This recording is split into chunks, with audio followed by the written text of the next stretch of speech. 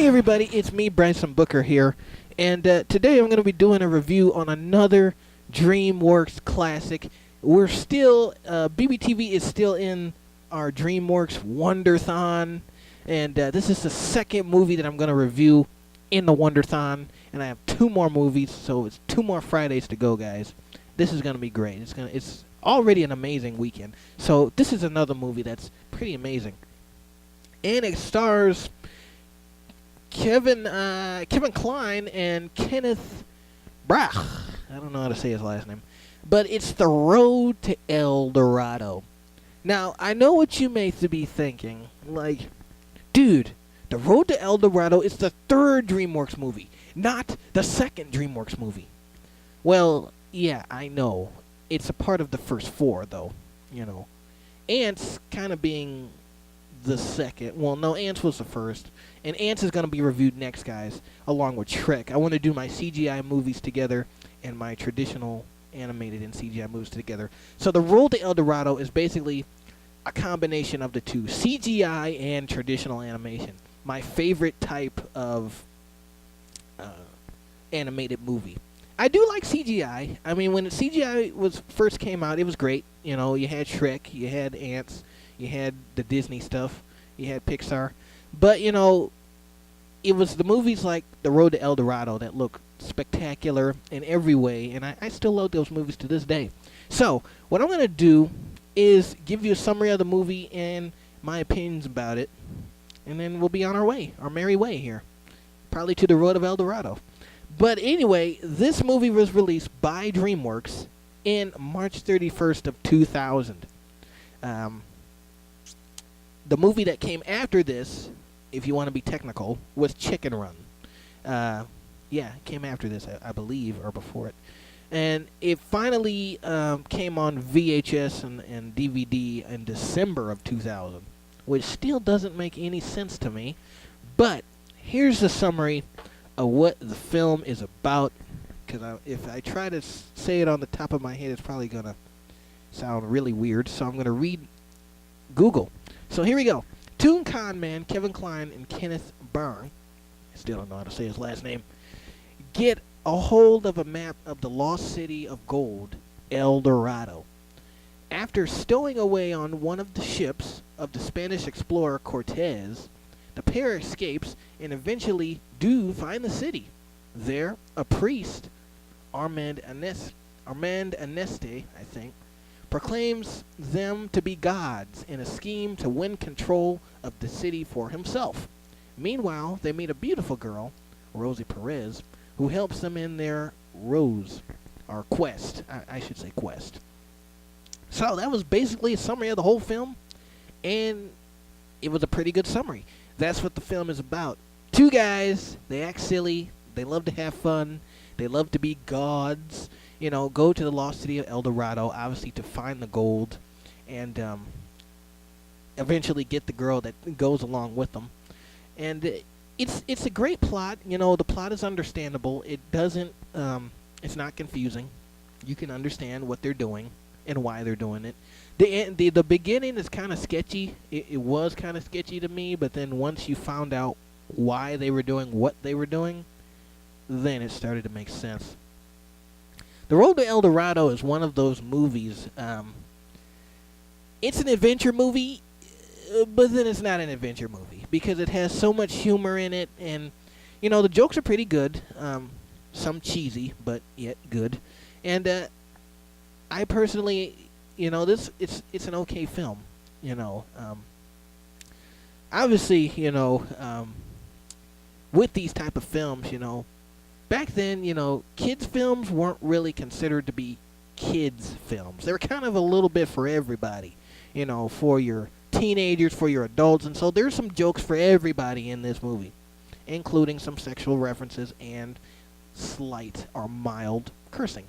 But it's a movie for the whole family. Yeah. It's still a pretty good movie, though. Some reviews of this movie, you know, they gave it a 6 out of 10. Which is average. You know, it wasn't completely awesome, and it didn't completely suck. It was kind of in the middle. You know, it was okay, and that's what I think of it. It's an okay movie. The animation is a little bit better if you compare it to The Prince of Egypt. And that's a movie that I reviewed last week, and that's obviously on here too. Check that out if you would like. The animation is better. They did improve where they slacked off a little bit in The Prince of Egypt with the laggy animation. You know, the animation is a lot smoother, a lot more vibrant, and the CG is, you know, more tamed and runs smoothly throughout the whole film. And that's what I think makes it, if anything, stand apart from its predecessors. I enjoyed the movie. The music, which is another key feature in this movie, is written by His Majesty Sir Elton John, who has written such classics that we all know and love, like... Alright.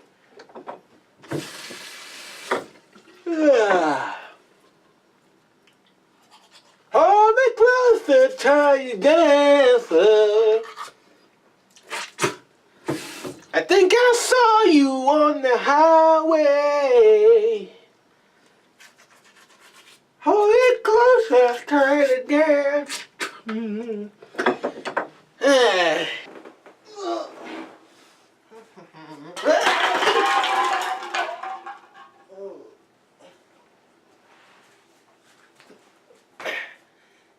I'm still standing, stronger than I've ever been. Looking like a true survivor, feeling like a little kid. I'm still standing after all this time. And everyone's favorite. Oh yeah. Yeah. What the? Son of a Benny and the Jets. Dang it. Benny.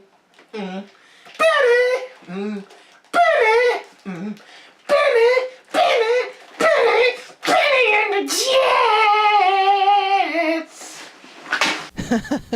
Yeah, wasn't that funny? That stupid idiot that we just saw didn't even know how to sing Elton John songs.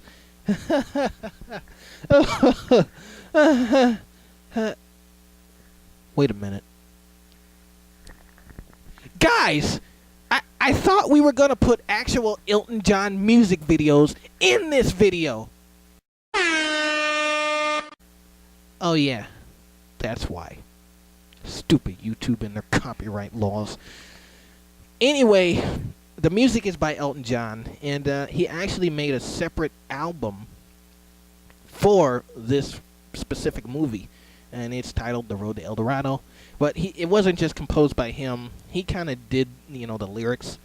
But Hans Zimmer, you know, another famous soundtrack guy, he's on this, as well as John Powell, Tim Rice. They wrote the lyrics. Elton John really just sung it. But Tim Rice and John Powell wrote the lyrics to the song The Road to El Dorado and the other songs that are featured in the film. Is it a musical? No. Does it have musical numbers and musical montages? Yes. I mean, obviously they had to fit Elton in somewhere. I mean, he's Elton John. But you know, I do enjoy the songs. They're not annoying. They're pretty good, pretty well written, pretty well performed. Final thoughts on The Road to El Dorado. You get to know the characters up to a point where you can say you know the characters, but not. I guess you can relate to two greedy guys who are all about money and women and being powerful. I guess we know some of those people in our society. Rappers. Anyway, you can relate to them a little bit. They are funny guys. I do enjoy Kevin Kline's performance in this film. It's an okay movie, guys. It's on Netflix. Check it out if you would like. And it's The Road to El Dorado, released in March 31st of 2000 from Dreamworks Animation and PDI, I guess. Dreamworks Animation and PDI. Well, no, not PDI. Dreamworks Animation. Great movie. You know, great characters, great story. You know, you'll have a great time watching it. You'll feel rich. I know that was cheesy, but thanks for watching this review.